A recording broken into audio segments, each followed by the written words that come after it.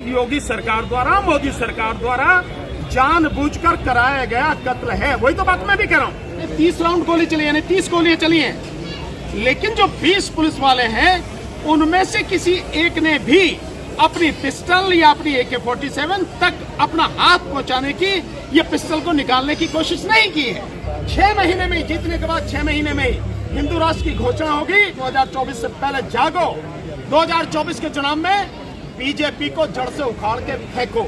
जब निजाम बदलेगा, जब सत्ता बदलेगी, तब क्या करोगे? तब भी लड्डू बांटोगे क्या? भाई यही रामराज अगर चलना है तो भाई हम इस रामराज का विरोध करेंगे, पूरी ताकत से करेंगे और देखें कैसे रामराज चलेगा। ये भी बता रहे हैं। आपकी पार्टी का नाम जनहित आता है, तो हाल ही में जो घटनाएं हुई हैं, चाहे अतीक अहमद और अशरफ की हत्या हो या अब शाइस्ता का पीछा करना हो, इस पूरी घटनाओं किस तरह से देखते हैं? और साथ में जो मीडिया ट्रायल चल रहा है, नहीं, जो मीडिया ट्रायल चल रहा है, जिस मीडिया की आप बात कर रहे हो, वो तो गोटी मीडिया है, वो तो भांड मीडिया है, वो तो मैं अगर सीधे सीधे शब्दों में कहूं तो भाजपा की, यूं कहो कि मोदी की दलाली कर रहा है। और क्या कर रहा है? वो तलवे चाट रहा है उनका।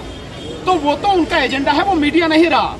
वो भाजपा का, मोदी सरकार का स्पोक्समैन बन गया, प्रवक्ता बन गया, तो उनके लिए काम कर रहा है। तो उसकी नौकरी कर रहा है, तो उसके लिए काम कर रहा है वो। बात बाकी मीडिया की जिसकी बात कर रहे हो आप लोगों की, मैं समझता हूं उसमें मीडिया ट्रायल नहीं हो रहा, उसके सच को जानने की कोशिश की जा रही है।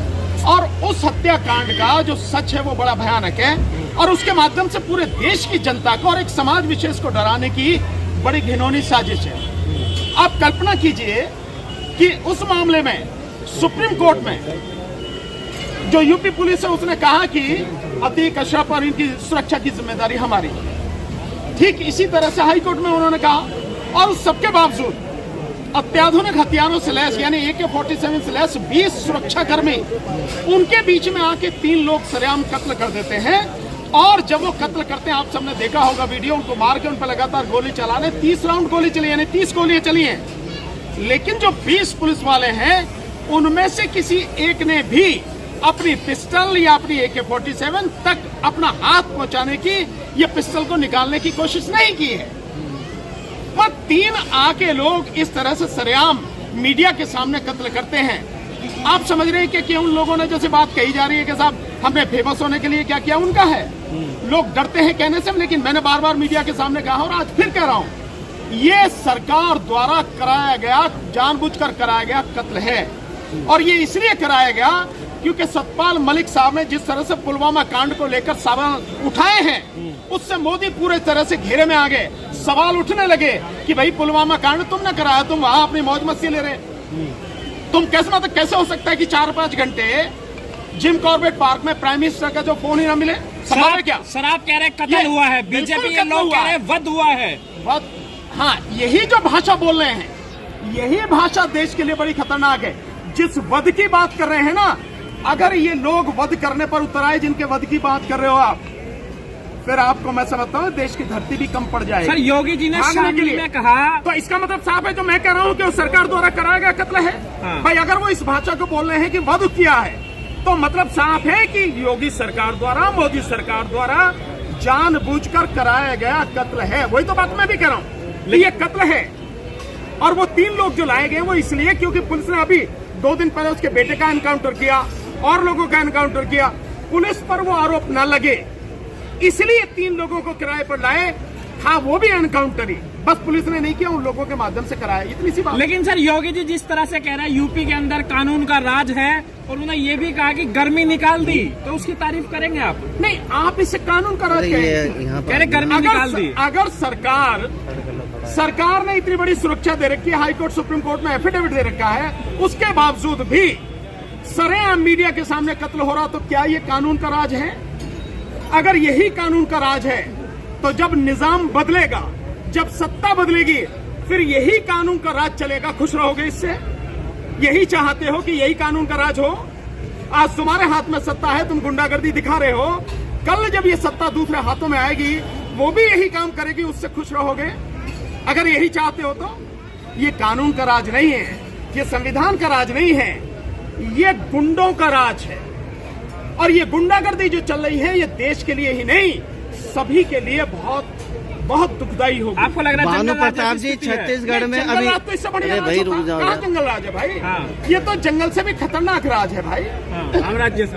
रामराज होगा, हाँ, तो रामराज में भैया जैसे शंभू ऋषि को मार दिया राम ने, अगर यही सब कुछ है तो भाई यही रामराज अगर चलना है तो भाई हम इस रामराज का विरोध करेंगे, पूरी ताकत से करेंगे और देखें कैसे ये रामराज चलेगा। ये भी बता रहे, घोषणा कर रहे हैं आपके। जिस तरह से योगी सरकार की जो कार्रवाई है उसको कानून व्यवस्था दुरुस्त बता रहे हैं लोग, तो इससे बहुत सारे लोगों में खुशी है, जश्न मनाया गया है, लड्डू बांटे जा रहे हैं। मैं समझता हूँ, मैंने तो देखा नहीं कहीं इस तरह की कोई बात हुई है, और अगर ऐसी है तो ये बहुत गंभीर स्थिति है कि सरकार द्वारा कराए गए कत्ल पर अगर आप लड्डू बांटेंगे, जश्न मनाएंगे, तो फिर मैं वही कह रहा हूँ कि जब निजाम बदलेगा, जब सत्ता बदलेगी, तब क्या करोगे? तब भी लड्डू बांटोगे क्या? हो इस बात के लिए तैयार? ये जो सारी चीजें और जो लोग लड्डू बांट रहे हैं वो वही लोग हैं जो इस देश को तबाह करना चाहते हैं। जो लड्डू बांट रहे हैं वो वही लोग हैं जिनका देश के संविधान में विश्वास नहीं है। वो वही लोग हैं जिनका कानून में विश्वास नहीं है, जिनका जो है सिर्फ और सिर्फ सत्ता उनके हाथ में बनी रहे, उसके लिए वो सारे काम कर रहे हैं। यही है। तो क्या अभी शाइस्ता परवीन जो फरार चली है उन पर जो है इनाम भी बढ़ाया गया है, तो क्या उनको कानून का साथ देते हुए सहयोग करना चाहिए, सरेंडर करना चाहिए? इस देश के हर व्यक्ति को कानून और संविधान के तहत काम करना चाहिए, हर व्यक्ति को, और वो सरकार हो तो उसकी ज्यादा जिम्मेदारी। अगर कोई नहीं करता है, ये देश के लिए बड़ी गंभीर स्थिति। पर जिस तरह की जो कार्रवाई चल रही है उसको लेकर सर आप क्या देखते हैं? क्या इस तरह के भी आरोप लग रहे हैं कि शाइस्ता परवीन मुस्लिम है, इस वजह से उनको ज्यादा निशाने पर लिया जा रहा है? यार मुसलमानों को दिख नहीं रहा है क्या? ये बार बार कहनी पड़ेगी कि मुसलमानों को किस तरह से टारगेट किया जा रहा, समझ में नहीं आ रहा। बार बार आपको टारगेट किया जा रहा है, और ये उस समय किया जा रहा है जिस समय एक तरफ देश का प्रधानमंत्री जो वो कहता पसमानदा मुसलमानों को साथ लाने के लिए, उनकी भलाई के लिए नौटंकी की जा रही है, और यही पसमानदा मुसलमानों का कत्ल किया जा रहा, फिर भी आपको नहीं दिखाई देता। और कुछ दिखाने की, कहने की जरूरत है? मेरे मुंह से ही कहलवा हो गया कि सब कुछ सबके सामने हो रहा, सबको दिख रहा है क्या हो रहा है। बात आपको समझने की है, अगर आप नहीं समझेंगे तो यही हाल रहेगा, और जो हो रहा है शायद इससे भी बदतर होगा। इसलिए हम बार बार लोगों को जगा रहे हैं, बार बार लोगों को बता रहे हैं कि 2024 के लिए ईवीएम की लड़ाई में हमारा साथ दीजिए, और बैलेट पेपर से चुनाव करवाने के लिए हमारे साथ खड़े होइए, और बीजेपी को उखाड़ के फेंकिए, नहीं तो देश की क्या बुरी हालत होगी आपकी कल्पना से बाहर। सर आप कानून के बड़े जानकार हैं, आप सुप्रीम कोर्ट में प्रैक्टिस करते हैं, आपको क्या लग रहा है जिन 3 लोगों ने गोली चलाई उनके खिलाफ क्या कार्रवाई बनती है, कानून सम्मत क्या हो सकता? जो बात करती है तो सरकार के पास तो था, ठोक ही देना था वहीं के वहीं। भाई उन तीनों को वहीं ठोक देना था, क्या बात थी? क्यों नहीं ठोका? क्यों? क्योंकि बाकायदा सरकार द्वारा कराया गया है। जय श्री राम के नारे लगे, वो नारे किसी के भी लगा लो, इससे क्या फर्क पड़ता है? एक सतपाल मलिक जी का बयान आया है, उन्होंने कहा है कि अगर बीजेपी 2024 में जीत गई तो देश बहुत बुरी स्थिति में चला जाएगा उसके बाद। यार अब सतपाल मलिक जी कह रहे हैं तो तुम भी ये बात करो, मैं तो इतने समय से कह रहा हूँ, और मेरी बात का कोई मतलब नहीं है। मैं इतने समय से कह रहा हूँ कि बीजेपी अगर 2024 में जीतेगी, उसका एक कारण है केवल ईवीएम। ईवीएम रहेगी तो जीतेगी, आप नहीं हरा सकते, चाहे जितनी भी आप कुछ कोशिश कर लीजिए। ईवीएम हट गई, बैलेट पेपर से होगा तो 40 सीटें बीजेपी को नहीं आएंगी, और बीजेपी अगर जीतेगी तो सतपाल मलिक जी ने जो कहा है वो भी उनकी कल्पना में नहीं है। इस देश का इतना बुरा हाल होगा। मैं होम मिनिस्ट्री की जो रिपोर्ट है, इंटेलिजेंस की जो रिपोर्ट है, मैं उसके मुताबिक बता रहा हूँ, 6 महीने में जीतने के बाद 6 महीने में हिंदू राष्ट्र की घोषणा होगी, और इस देश में जो हाल होगा आपकी कल्पना से बाहर है। इसलिए बार बार जगाने की कोशिश कर रहा हूं, 2024 से पहले जागो। 2024 के चुनाव में बीजेपी को जड़ से उखाड़ के फेंको। यही तुम्हारा सबसे बड़ा धर्म है आज की तारीख में, यही तुम्हारा फर्ज है, यही तुम्हारा कर्तव्य है। अगर इसमें चूक गए तो फिर तुम चाहे जो करते रहो, कुछ बचेगा नहीं। सर आपने सारी बातें की, आपने कहा कानून का राज नहीं है, आप कह रहे कि जुल्म हो रहा है, मुसलमानों टारगेट किया जा रहा है, लेकिन आपने अतीक को लेकर ये नहीं कहा कि अतीक माफिया था, उसने लोगों के साथ गलत किया, ये इसको आपने एक्सेप्ट नहीं किया। अगर कोई माफिया है या कोई भी है, या तुम भी माफिया हो या मैं भी माफिया हूँ, इस देश में संविधान है कि नहीं है, कानून है कि नहीं है?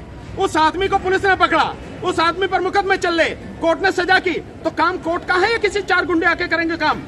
अगर इस तरह से होगा तो हर कोई हथियार उठा लेगा, और हर कोई हथियार उठा के जिसको चाहेगा उसको ठोक देगा। तो ये कानून का राज चाहते हो? ये कानून का राज नहीं है। देश में संविधान है, कानून है, न्याय व्यवस्था है, उसके अनुसार जिसको जो दंड मिलना है, जिसके खिलाफ जो कार्रवाई होनी है, वो उसका काम है। उनका काम आप हाथ में लेके कैसे करेंगे भाई?